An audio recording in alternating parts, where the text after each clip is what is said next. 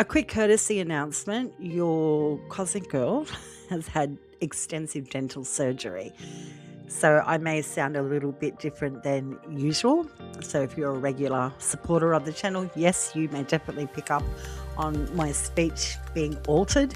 Very Uranus in Gemini in my third house of communication. And I just thought it would be important to let you guys know, because I will sound a little bit distorted because I'm on the recovery from extensive dental surgery. Okay. Now, I don't think May is innocent. It looked innocent on the onset when I started to prepare. The horoscopes were all rising signs, but there is quite a lot going on. Just to do a quick astrological overview of what's happening in particular for Gemini rising signs is Uranus and Venus are in your first house. And if you're new to astrology, welcome. This channel is dedicated to astrological content and information. But because I do focus on all rising signs horoscopes, it may be a little over your head if you're new. That is not an accusation or suggesting you're a dimwit. But because I do focus on rising sign horoscopes, I go a little bit in depth in as much as describing natal houses and dispositors and dignity of planets, etc., etc. But you will get the gist of what's going on in regards to being a Gemini rising sign. I'm pretty basic in my explanations of planets in transits and lunations. Hence the name of my YouTube channel, Cosmic Girl 101. Basic. Keep it simple, stupid. And that's important because sometimes it's astrology and its technical jargon and language can be convoluted.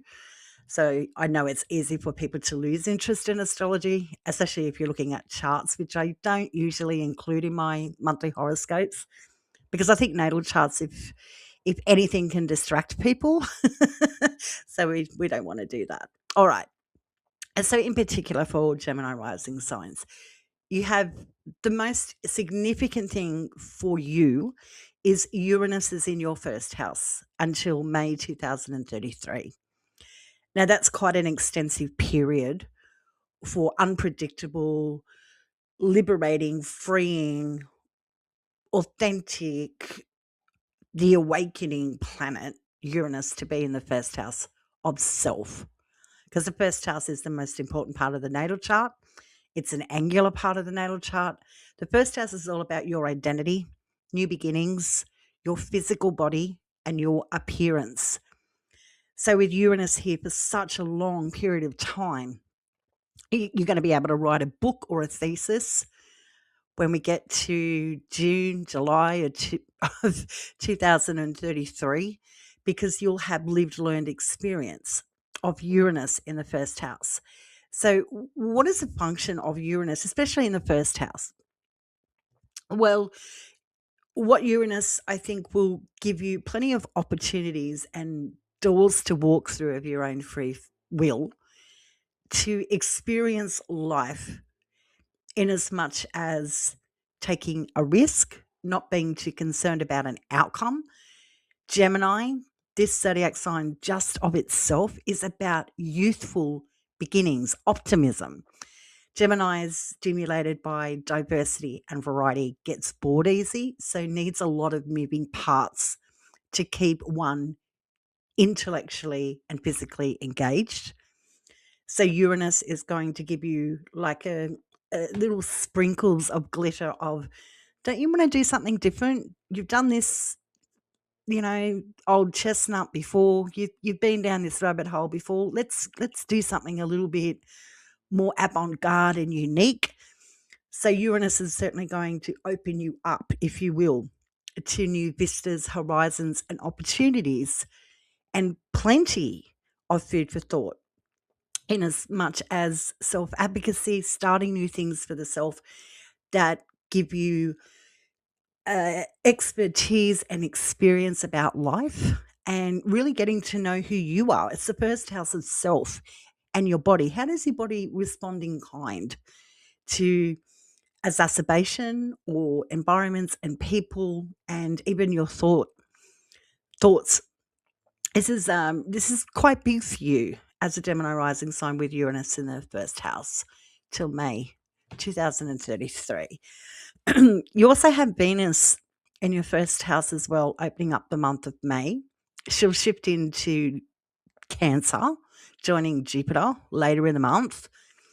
But with Venus in the first house, and Venus is the planet of art, beauty, music, love, romance, unity. She's a benefic, which means she's a good doer. And in the first house itself, maybe you want to do good by your body, first house of the body.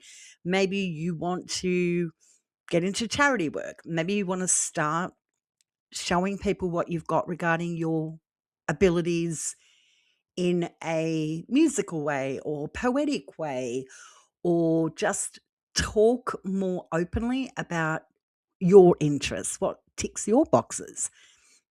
Venus in the first house of Gemini, she's social, she's fun, she's flirty, she just wants to have a good time. She's not so serious. She just wants to try things on. So you, as a Gemini rising sign, might be in a really active mode regarding seeing what engages you, sort of trying things on, but not cementing into something permanent. And it can be exciting. Venus in the first house. Excuse me. And Venus in the first house of self and your appearance, your identity. You may start new relationships. Venus is a planet that is about relationships. So starting new relationships, but think you're instigating them, or you're more open to teaming up with people. Because Venus and Gemini can be a little non-committal. This could be like a trial period for you. So I think some Gemini rising signs may be uh, more receptive, if you will, to engage with new possibilities of connections, be they business, personal, or otherwise, that advance you, or you're learning from people. You're learning Geminis. So we think you could be learning music or art or dance, poetry, writing, learning a new language, learning about a different culture. You could be more interested in travel at this time. Gemini, ruled by your ruling planet Mercury, is known to be about travel and also finance. And so you could also be starting Venus in the first house of Gemini, starting to maybe a new bank account. Maybe you're starting to look at the potentials on growing finances for your future, or investing financially in the self. So think you're investing in study, investing in planning for a travel destination. Yeah, sky's the limit. There's a lot going on with Uranus and Venus in the first house, opening up the month of May.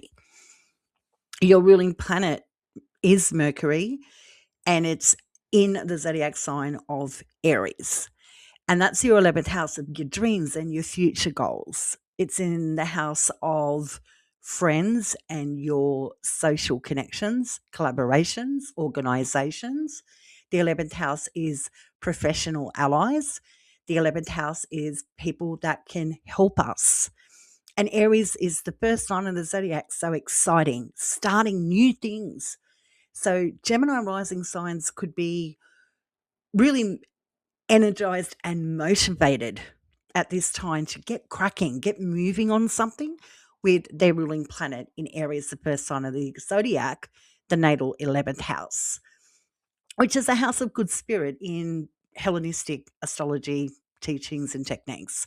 So the house of good spirit is where you're happy to connect with people, and people are more open or available to assist us and could just give us some blessings or resources or open doors that maybe have been not available to us for some time.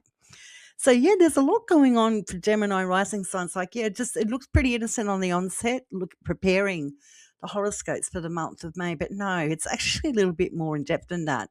So, particularly for Gemini rising signs, yeah, I think you're really busy. I'd be surprised if any Gemini rising signs would even listen to their horoscope for the month of May. And I would be okay with that because I'm looking at the chart and yeah, there's just a hell of a lot of potential and new vistas and horizons calling you. Like, come on, Gemini rising signs, let's go. So, yeah, really interesting way to open up the month of May in particular for you.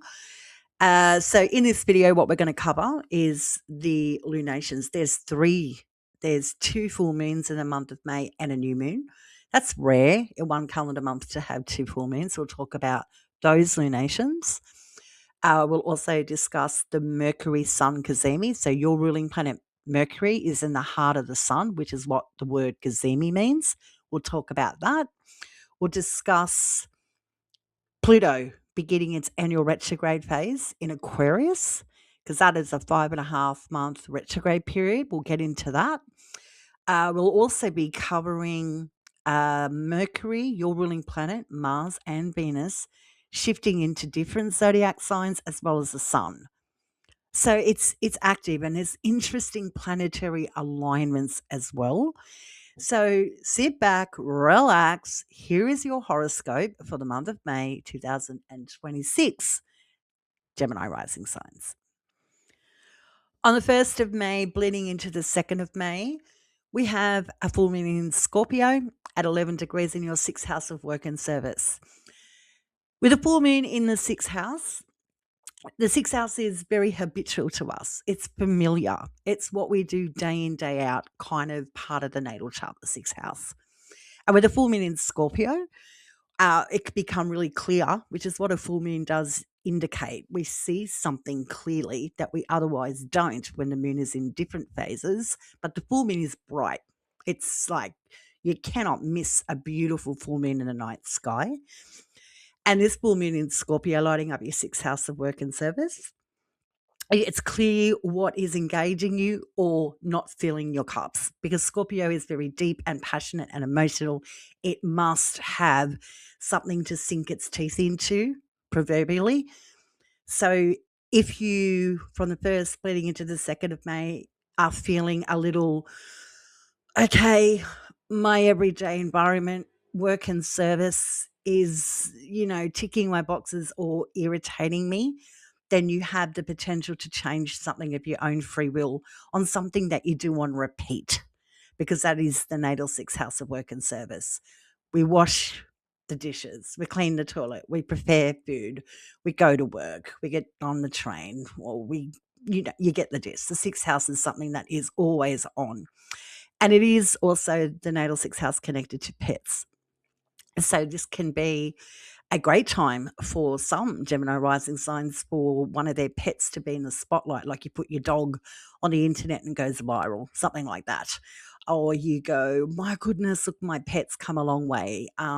You've got a good relationship with a pet, or you just really connected to animals at this time. Maybe you're in an animal shelter, or you want to go and purchase a new pet because it is the house of pets. And with a full moon there, you might like, "Well, maybe I need a guide dog, or maybe I need a little, furry baby to make my daily environment more pleasurable." Maybe you want to purchase a pet, but you want something that is going to emotionally fulfill you. Full moon in Scorpio needs to feel passion.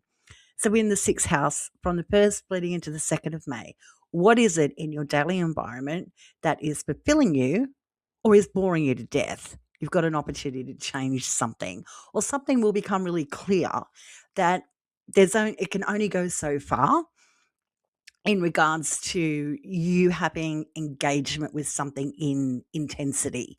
So quite an interesting way to open up the month of May, with a full moon in your 6th house of Scorpio at 11 degrees.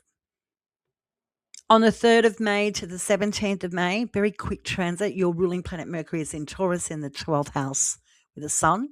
So this period you may feel less prone to taking acute action. Your sort of stabilizing something here that you are committed to, whether that's self-improvement, recuperation, study, a relationship, developing a skill. This period is all about be patient, be deliberate, and anchor yourself into committing to something that fills your cups up kind of transit from the 3rd to the 17th of May with your ruling planet Mercury in Taurus with the sun in the 12th house.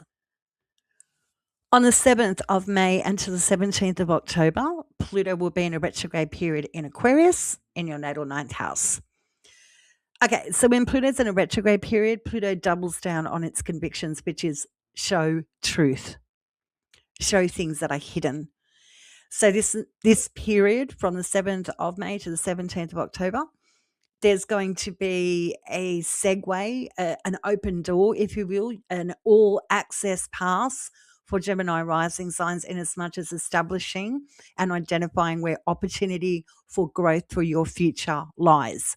And that is in the 9th house of higher education, academia, long distance travel, different cultures, foreign people, foreign places, religion, your truth.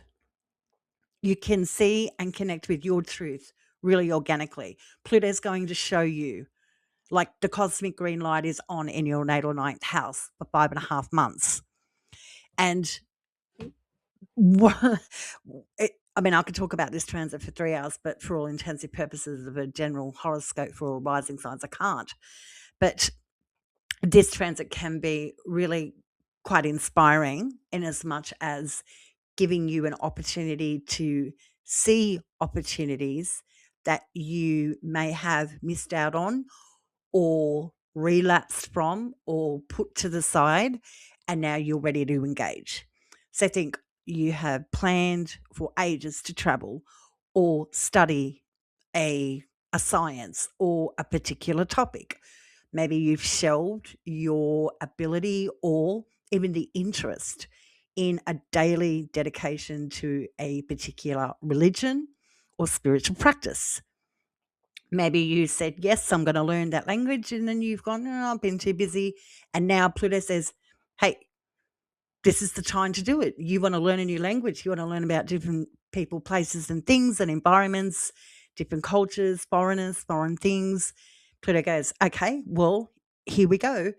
There's an opportunity now for you to embark on developing an interest with more focus, because Pluto is very focused. Okay, so it's a big transit, but it's the natal 9th house, and it is about topically our soul connection to God. Now, I don't want to lose anyone here, but we are talking about the divine, universal law. There's bigger things going on than just us mere plebs. So this transit can be life-altering in as much as you're starting to see people's political views. Are you on the same page with people with ideas and concepts about the future, politics? It can be quite revealing. Pluto reveals a truth, reveals opportunities to help us engage with intellectual pursuits. So maybe this is a good time for study, travel, where you're learning a lot from different cultures. You're learning a lot about your spiritual value. This could also be a period where you want to connect with a mentor or a teacher, or maybe you want to be a mentor or a teacher, and you start advertising, hey, I'm adept in this subject, and you put it out there on the internet and you start a business and people start responding to you. Big transit, because Pluto transits always are, but in that natal 9th house of experiences through mind, body, spirit, and soul, Pluto is going to show you where the opportunities are for expansion and an evolution of individuality of sorts. Yeah, really nice and quite positive. On the 14th, we have your ruling planet Mercury conjunct the Sun, the Cazimi. And this Cazimi is in the 12th house of Taurus at 23 degrees. So on the 14th of May, You may feel inspired. The sun is inspiring you, infusing you with intelligence and life force and energy. So from the 14th of May moving forward, you may start to loosen up a little bit in as much as stagnation in progression or starting something individually. So if you've been patient, you've been sitting on the sidelines, you haven't really committed, this may be the turning point from the 14th in self improvement, self advancement, self development with your ruling planet Mercury in Taurus in the 12th house, conjunct the sun in the 12th house at 23 degrees. Lovely. 2 days later, on the 16th, we have our second lunation of May, and this is the new moon in Taurus in your 12th house. Really nice moon because the moon's exalted in Taurus. So, yeah, you could start to feel like your self esteem is really coming back in full force. You may find more value in doing things independently. So think of things like with a new moon in Taurus exalted in the 12th house, I'm doing something for myself. I'm doing something that ticks my boxes. I'm doing something that makes me feel warm, satiated, secure, stable, solid, something that is really quite fulfilling for my own purpose, my own soul.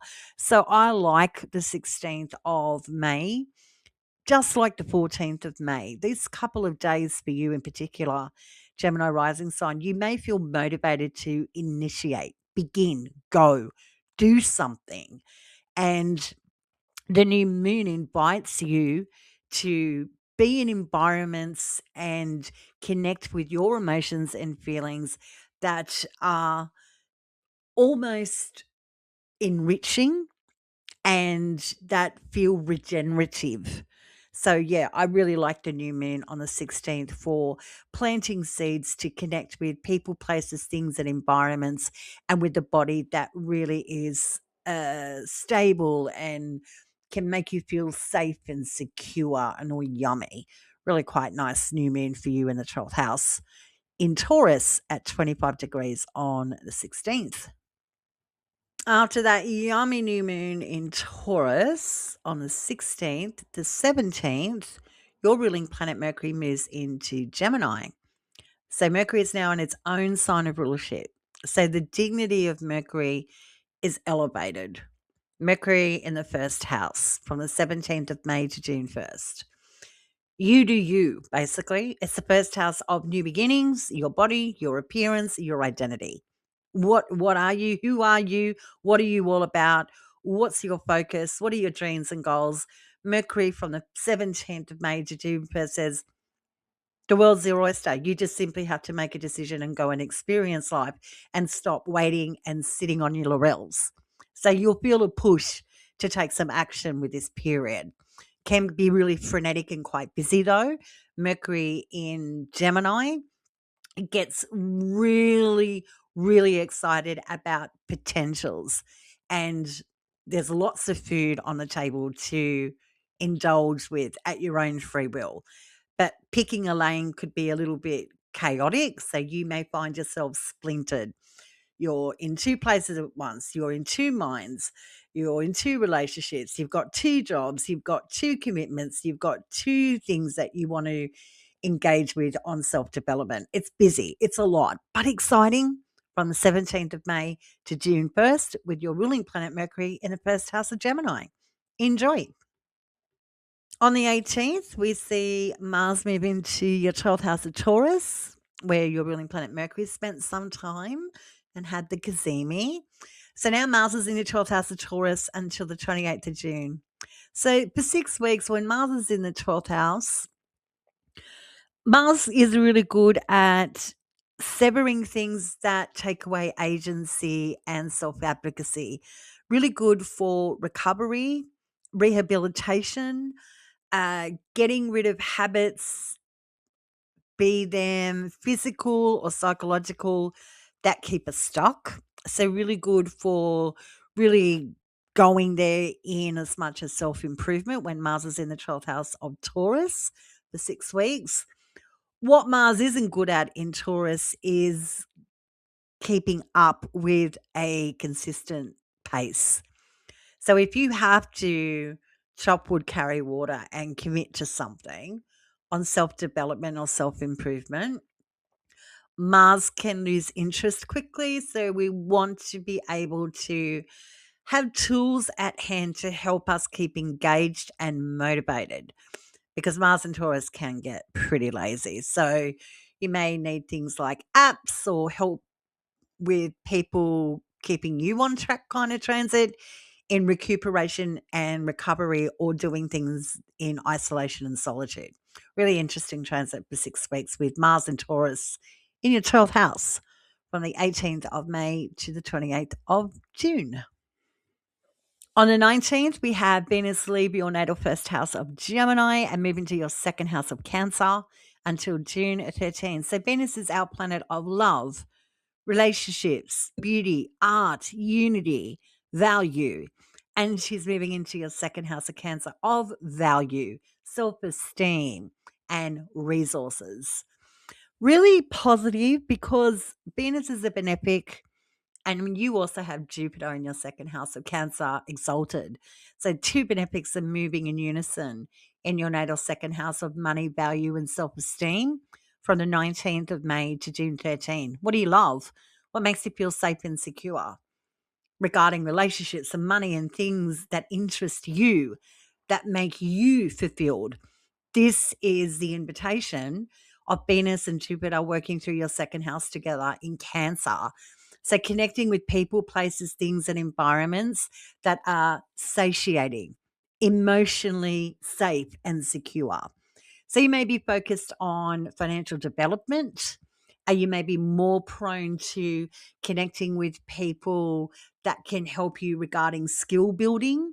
Applying for new jobs would be a great time to do so when the two benefics are in your second house of livelihood from the 19th of May to June 13. If you're an unemployed Gemini rising sign, this would be the time to throw out your resume, market and promote yourself, and pick up jobs and pick up opportunities to improve your financial well-being. Really positive. Two benefics cruising through Cancer from the 19th of May to June 13 in your second house.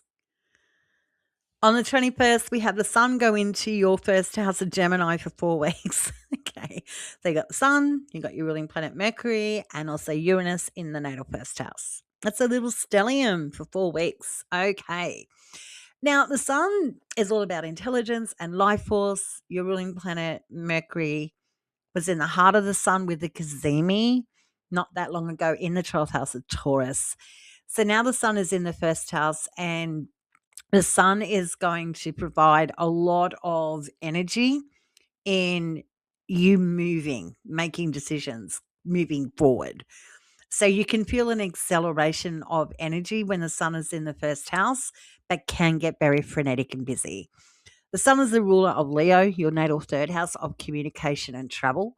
So this can be particularly fast paced for 4 weeks, with the ruler of the third in the first house for 4 weeks from the 21st of May to the 21st of June. Green lights, action time. Don't sit back, take action on things that inspire you with communication and travel. On the 22nd, the sun in your first house of Gemini conjuncts Uranus in Gemini at 1 degree. So this sets up a new synodic cycle between the sun and Uranus. So the sun and Uranus together is the intelligence of moving forward, creating more freedom and moving towards the future. So on the 22nd, you may feel inspired to take acute action on a new horizon or a new destination. Anything goes on the 22nd when the sun conjuncts Uranus, but it fires you up in as much as getting you moving. So expect like a massive injection of energy, or the intelligence, if you will, to move into new environments and new interests when the sun conjuncts Uranus on the 22nd. On the 26th, we have the Sun in Gemini, your first house, trining retrograde Pluto in Aquarius in your ninth house. Beautiful. A trine is an aspect that's about harmony and flow. So, with this connection from the first house to the ninth house with the Sun and retrograde Pluto, maybe you're recovering the inspiration or the confidence to move out into the world or connect with different people, places, things, or environments more organically on the 26th when the Sun in the first house trines retrograde Pluto in the ninth house. I think of things like if you've been waiting on information or communication, it lands to move forward in whatever personal endeavor that you are engaged or interested in on the 26th, which is really lovely. But we also have on the same day Mars in Taurus in your 12th house, squaring retrograde Pluto in your ninth house of Aquarius.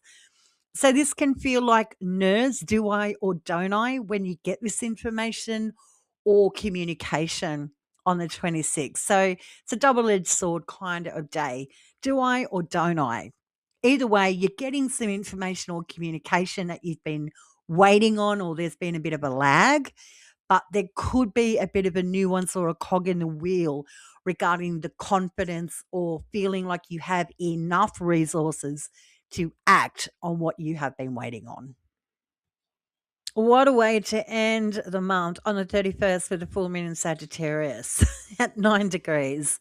So it's the third and final lunation of the month, and it's the second full moon. Okay, this I think is really important. Not that any other day isn't, but the Sun is in the first house of Gemini, your first house. So the Sun is about your self interest, and the moon's lighting up your seventh house of marriage, relationships, and partnerships.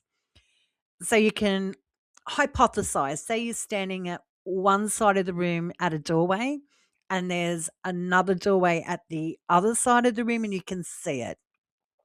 So you're all about self interest and moving forward towards what you love.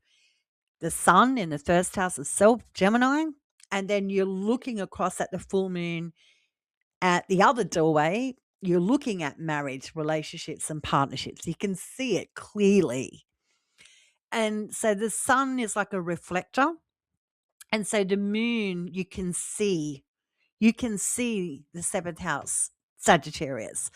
So maybe you can see very clearly how a relationship, resource, or your own sense of self esteem is impacted by others. Maybe you are starting to realize that you need a bit more of help or assistance from someone that maybe is a little bit more advanced than you in their studies or life experience. And that can motivate you to take a bold step forward on the 31st of May with a full moon in your seventh house of Sagittarius at 9 degrees.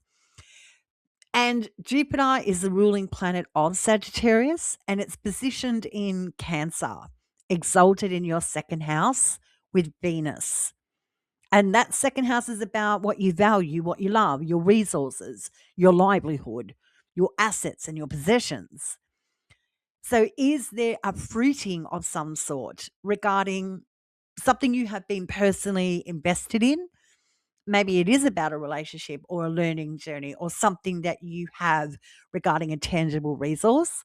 And maybe you can see that other people, be that business, personal, or otherwise, has like an ability or a potential to assist you in progression or advancement. I think of things like your partner gets a salary increase, or you have the potential to connect with a relationship that can elevate your earning capacity through a job, or you are starting to maybe formalize a relationship or a connection of some sort.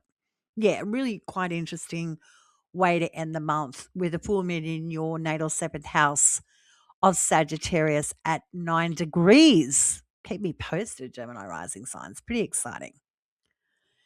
You will not be bored in the month of May, astrologically anyway, Gemini rising signs on the zodiac. Thanks for tuning in to your horoscope for our 5th calendar month of 2026. If you'd like to work one-on-one with your Cosmic Girl, I can be reached at the email being cosmicgirl101@protonmail.com. Till next time, Gemini rising signs, remember, stay cosmic.